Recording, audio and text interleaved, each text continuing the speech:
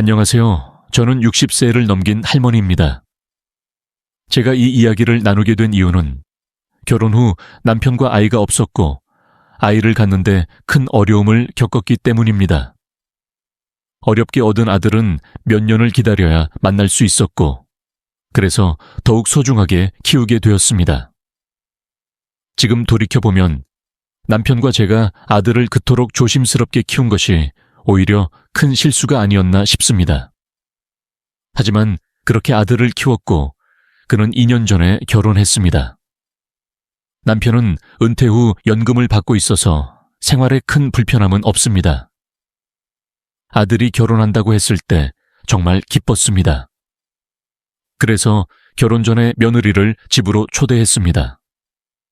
처음 며느리를 만났을 때 그녀의 얼굴은 창백하고 몸은 매우 야위어 보였습니다. 사실 그녀는 건강이 좋지 않아 많이 피곤해 보였지만 출산 후에도 많은 고통과 어려움을 겪으면서도 건강한 아이를 간절히 바라는 모습이 인상 깊었습니다. 며느리가 아이를 좋아한다고 해서 흔쾌히 동의했습니다. 제 며느리는 조용하면서도 매우 예민한 성격을 가지고 있습니다.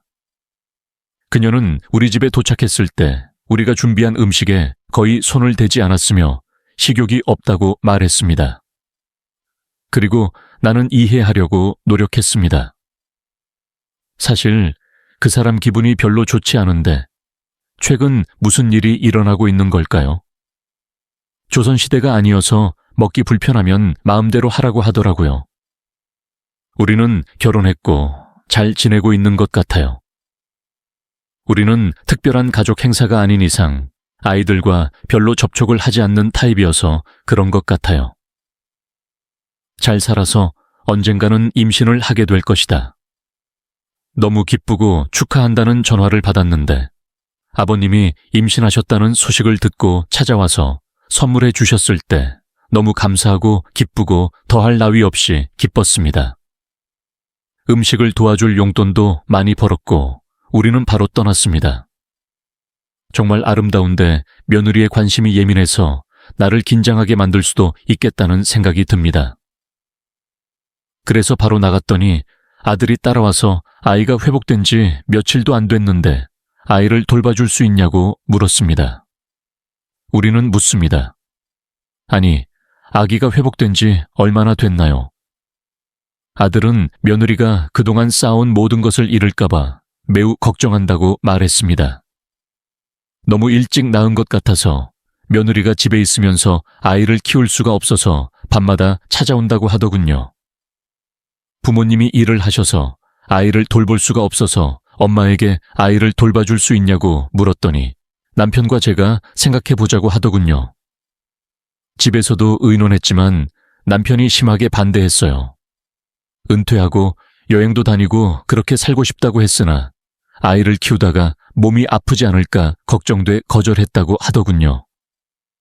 저는 몸이 약하고 남편은 며느리가 예민한 편이라고 합니다. 나는 그에게 내 아이를 돌보면서 그 사람과 마주치지 않도록 내 아이를 돌볼 사람을 찾으라고 말했습니다. 그때는 엄마한테 맡겨야지라며 강하게 반대했는데 지금 생각해보면 너무 후회된다. 계속 전화하는 아들이 자기를 잘 돌봐달라고 애원했는데 아들의 말을 거절할 수 없어서 동의했습니다. 사실 그 사람이 내 눈앞에 있어서 더욱 보고 싶은 것 같다. 얼마 지나지 않아 며느리는 3개월간의 출산 휴가가 끝났다며 손주를 보고 싶다고 했습니다. 이때부터 나는 보트 사육사로 일하기 시작했습니다. 주인이 밤에 잠을 잘 못 자서 나도 잠도 잘 못 자고 할 일이 많아서 정말 힘들다. 다행히 저에게는 많은 도움을 주는 남편이 있는데 집에 데려온 이후로 남편과의 말다툼이 늘어나기 시작했습니다. 그 아이를 우리에게 맡긴 뒤 집에 딸이 있기 때문에 남편은 몹시 화를 냈습니다. 법률은 전화로 모든 문제를 신문하거나 명령적인 어조로 이야기합니다. 그러던 어느 날 며느리가 집에 CCTV를 설치하겠다고 하더군요. 집에 오자 남편과 저는 서로를 바라보며 엄마, 며칠 뒤에 누가 감시 카메라 설치하러 올 테니 안방과 거실에 설치하시면 됩니다. 라고 말했습니다. 이 말을 들은 그는 오랫동안 품고 있던 모든 것이 폭발한 듯 화를 내기 시작했다. 내 집인가요? 누구나 원하는 대로 감시 카메라를 설치할 수 있습니다. 그런데 며느리의 다음 말은 더욱 터무니없었습니다.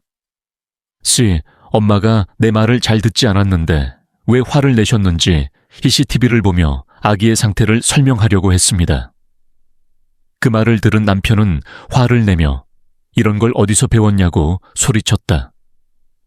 우리가 가만히 앉아 있어서 너무 밝게 웃었다고 말했다. 그런 다음 그는 믿지 못하겠으면 키워라 라고 말했습니다. 당신의 아이는 당신의 아이입니다. 그러자 며느리가 쓰러져 울기 시작했습니다. 그녀는 오랫동안 울었습니다. 그는 자리에서 일어나 아빠가 왜 그렇게 화를 내시는지 모르겠어요 라고 말했다. 그냥 옆에 서서 그의 부모에게 왜 아내에게 그런 짓을 했는지 물었습니다. 오히려 우리를 꾸짖었습니다. 막히는 일이 있어서 말리자 해결됐는데 남편이 더 이상 아이들에게 보내지 말라고 하더군요.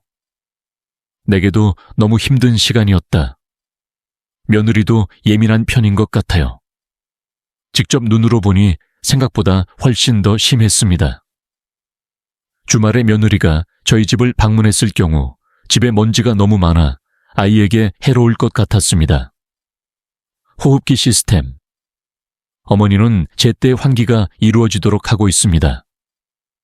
분유병 내부는 깨끗해 보이지는 않지만 소독을 하고 있습니다. 한 검사관이 나에게 묻더니 바닥에 머리카락이 있어요. 엄마는 제가 없는 걸 모르고 투덜거리며 아기가 먹으면 어떻게 하겠냐고 물었습니다. 그 순간 저는 참을성이 없어서 며느리에게 말했습니다. 괜찮아요. 제가 깨끗하고 부지런해서 아이를 못 키워서 입양했는데 며느리가 저를 보고 너무 좋아했어요. 그래서 부모님이 돈도 많고 유산도 많이 물려받았다면 집에 있으면서 아이들을 돌보고 싶지만 부모님도 돈을 못 벌고 나도 돈을 못 벌면 언제쯤 살 수 있을까? 집 사고 학위도 주고 아이에게 얼마를 줘야 하나? 다른 집에서 키우다가 남편 부모님이 집을 사서 처음엔 달라졌다고 아들이 옆에서 지켜만 봤다. 정말 충격을 받았습니다. 최근 아들과 며느리를 쫓아내고 남편을 잠시 안아주었습니다. 아니면 임대주택 이름이 아들 이름이 아닌 내 이름이고 그만큼 재산이 있기 때문에 아들 이름으로 집을 사겠다고 제안했지만 남편은 안 하겠다고 고집을 부렸습니다. 아들이 독립할 때까지 내가 과부가 되어 혼자 남게 된다면 돈이 없다고 어떻게 가난한 사람 취급을 받겠는가? 며느리의 행동을 보면 남편의 말이 맞는 것 같다. 그 이후로 남편과의 관계는 매우 나빴습니다. 며느리가 나를 미워하기 시작했고 손자들의 표정도 좋지 않아서 나이가 들수록 건강이 좋지 않아서 걱정이 더 컸다. 그러던 중 중대한 사건이 발생했다. 선주는 걷기 시작하면서 더욱 바빠졌다. 어느 날 그 아이는 신나게 걷다가 뛰기 시작했는데 제가 한참 동안 지켜보고 있는 사이 아이가 넘어졌습니다.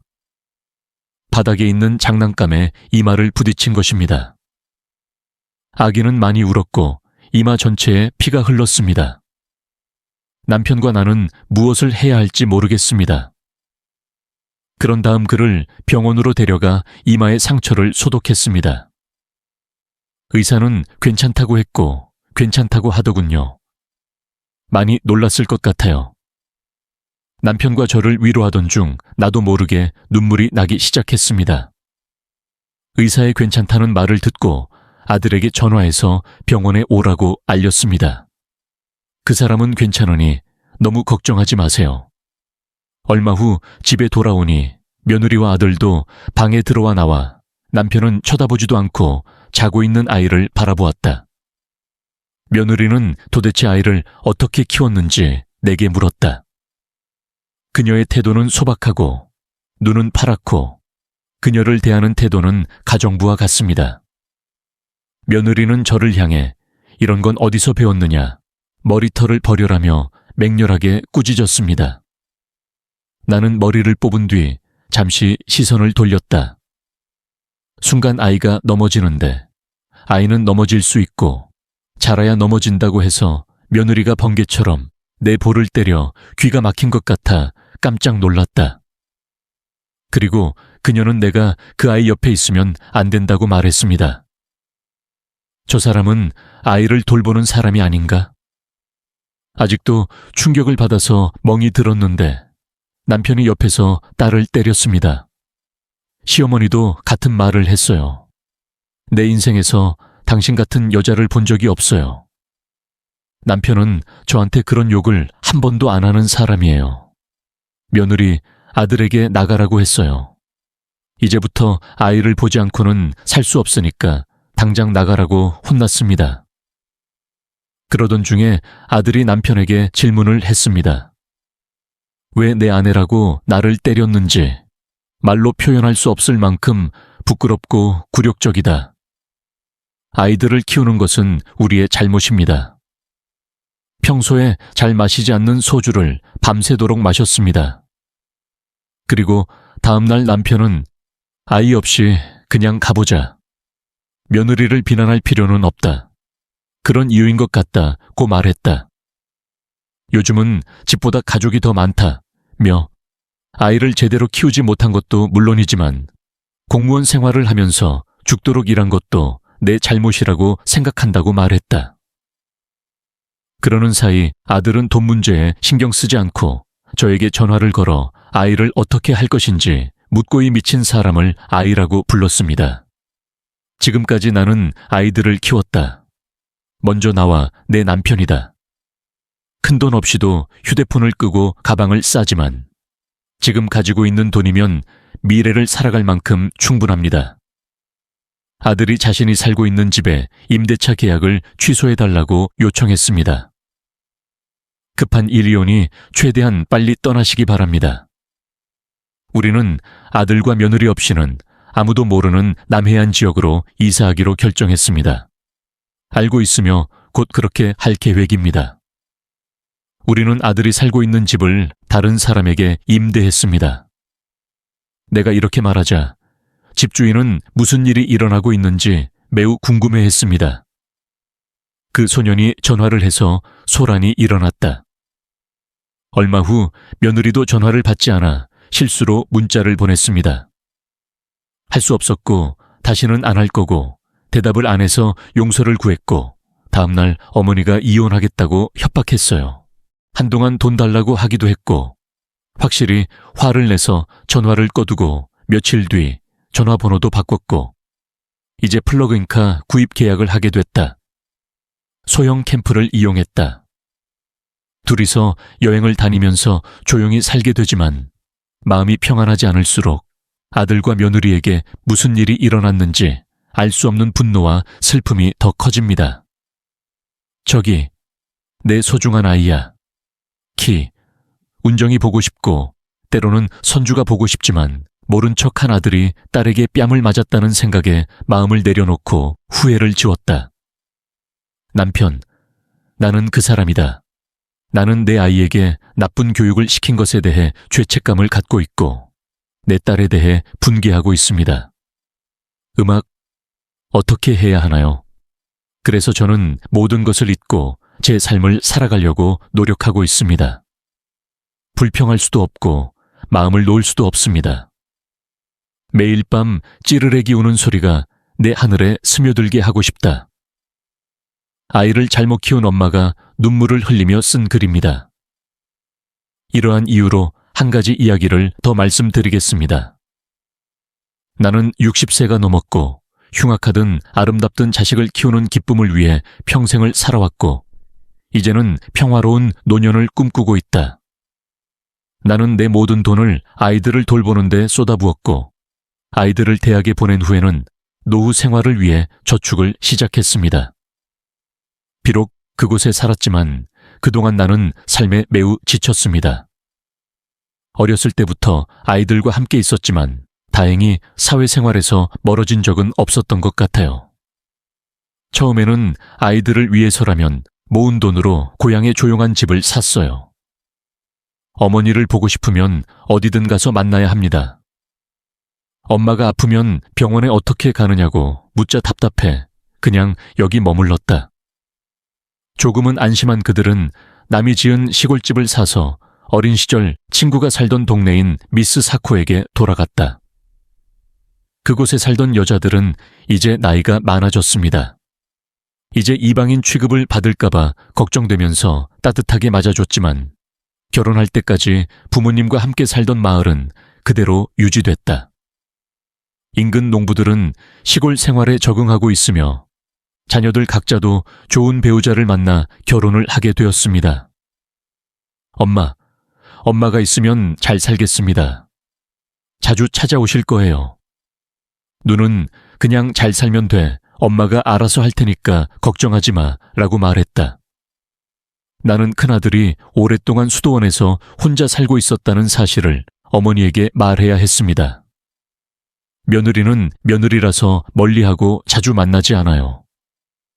그런데 30살 가까이 될 때까지 품만의 아이였던 딸이 그런 말을 했습니다.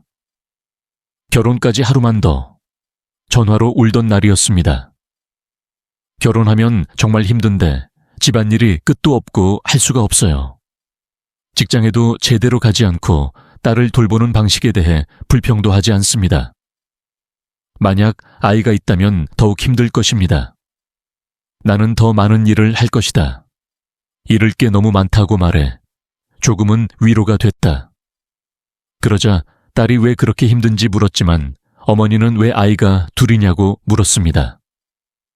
곰곰이 생각해보니 내 형이 맏형이라 매사에 서툴고 조심스러운 편이다. 내가 너를 키울 때 나는 다음과 같이 말하면서 긴장을 풀 시간을 갖는다. 알겠습니다. 사랑으로 그 사랑으로 지지하고 키웠습니다. 그 말을 들으면서 내 딸은 아직도 응석받을 수밖에 없는 어린아이처럼 느껴졌다. 사실 결혼 후 처음 일에서 2년 정도는요. 그녀는 항상 한 달에 한 번씩 나를 만나러 옵니다. 내 딸이 우리 집에서 2시간 거리에 있는 나를 방문했습니다. 내 사위는 매우 피곤했을 것입니다. 그러나 나는 여전히 내 딸을 따라 적당한 곳으로 그녀의 고향으로 돌아갔습니다. 그러던 어느 날 딸이 집에 돌아와서 나도 집에 가는 길에 엄마 선물도 사야겠다며 작은 상자를 내게 건넸다. 남편은 빨리 문을 열었습니다. 딸아이와 부부가 떠들고 있는 모습을 보고 기쁜 마음으로 상자를 열었는데 상자 안에 사진이 들어있어서 한눈에 알 수 있었습니다. 너희들 정말 아이가 있어? 큰 소리로 물어보니 딸이 울면서 이렇게 말하기까지 했습니다. 네, 엄마. 제가 곧 엄마가 됩니다. 8주 정도 됐다고 말하며 커밍아웃했다. 우리 딸도 너무 훌륭하고 고맙다고도 말했어요. 이제 시작이니 주의가 필요합니다. 그 사람은 왜 나한테 얘기하려고 여기까지 온 거지? 저는 딸의 등을 토닥여주고 행복한 미소를 지으며 이야기를 나누며 초음파 사진을 보며 눈물을 흘렸습니다. 이 작은 것이 내 것이라는 것이 놀랍습니다. 그런데 나 아직 회사에도 말 안 했는데 딸이 세상을 떠난 후 나는 손자의 탄생을 간절히 기다렸다. 요즘 지인들에게 남자아이와 여자아이 중 어떤 성별을 선호하는지 물어보기도 했고 똑같았을 거라고 하더군요. 난 조카가 되는 게 낫겠다. 제가 예민해서인지 아들이 사고가 많이 나는 걸 좋아하는데 최근에는 손자를 낳는 게 낫다고 하면서 사위들을 돕고 있어요. 딸아, 나도 첫 손자가 성별에 관계없이 태어날 것이라는 소식을 듣고 기뻤다. 아들과 아내가 처음 결혼 허락을 구하러 왔을 때 어머니, 우리는 아이를 갖지 않고 함께 살기로 결정했습니다. 우리 둘만. 우리는 아내의 의견을 물었고 어머니에게 우리 의견을 존중해 주기를 바란다고 말했습니다. 그래서 몇 달 뒤의 아기 모습이 더욱 궁금해지는 것 같아요. 시골에서는 시간이 흘러 딸이 출산을 앞둔 날, 사위가 전화해서 시어머니가 도와줄 수 있냐고 물으셨다. 출산, 시어머니께 너무 의지하다 보니 거절도 못하고 당연한 얘기도 조심스럽게 여쭤봐서 동의하게 됐어요. 감사합니다. 정말 감사합니다, 시어머니. 한두 달만 도와주시면 걱정 없이 용돈을 드릴게요. 용돈이었는데 수진이한테 밥 먹고 싶다고 내가 필요한 만큼 써야 한다고 말했어요. 그때 했던 말을 아직도 후회하고 있어요. 나 같은 사람의 도움을 받는 것이 그렇게 심각한 상황은 아닐 것이다. 내 아이, 오늘날 사람들이 말하는 것처럼 그것이 태어났을 때 눈에서 꿀이 흘러나왔다.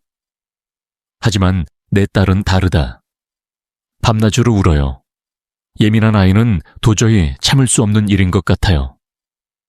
출산 후 배가 찢어질 것 같은 느낌. 출산 후 가슴의 피부. 그런데 2달 동안 아이를 돌보면서 딸아이는 울 때마다 더욱 히스테리해졌다. 그녀는 화를 냈습니다. 그녀는 비명을 지르며 내게 분유를 먹이려고까지 했습니다. 지금은 나에게 적절한 때가 아니다. 가슴 지방을 좀 빼야겠어요. 나는 그녀를 위로하려고 노력했습니다. 응, 수진아. 그런데 딸아이가 그럼 어떻게 회사로 돌아가지? 4개월 후에 다시 돌아가야 해 라고 하더군요. 심지어 어머니도 화를 내기 시작했고 왜 그렇게 짜증나는 방식으로 이런 일을 하는지 물었습니다. 딸아이의 경우 2달만 돌봐줘야 할 일이 갑자기 반년이 되어버렸습니다. 다녀온 이후로 딸아이가 점점 안정되어 가는 것 같습니다. 나는 아이에게 내가 그의 엄마라고 말했다. 아이들은 항상 아름답지는 않습니다.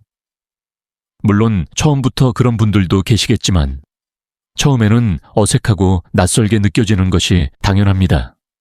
나는 말했다. 미래에는 그것들을 보면 더 아름다워질 것입니다. 내 생각엔 그의 눈이 진짜이기 때문이거나 그가 어렸을 때 눈이 제거되었기 때문인 것 같아요.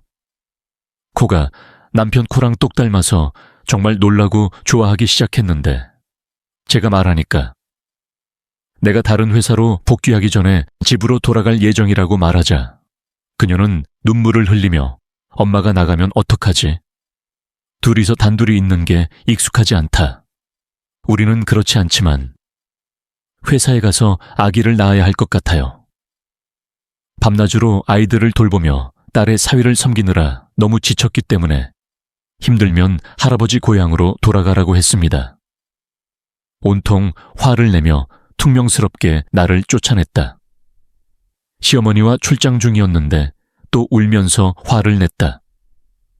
미안하지만 가족들이 속상해한다. 빨리 채 올라탔다. 그리고 한 번 이상 저를 따라 이 집까지 차를 몰고 갔습니다. 남편과 아내 모두 초과 근무를 했고 어린 선준이의 집까지 1시간을 운전해 가서 아이를 데리고 퇴근할 때까지 기다려야 한다고 생각했습니다. 아기가 크면 괜찮아질 거라 안아줬어요. 아들도 자랐어요.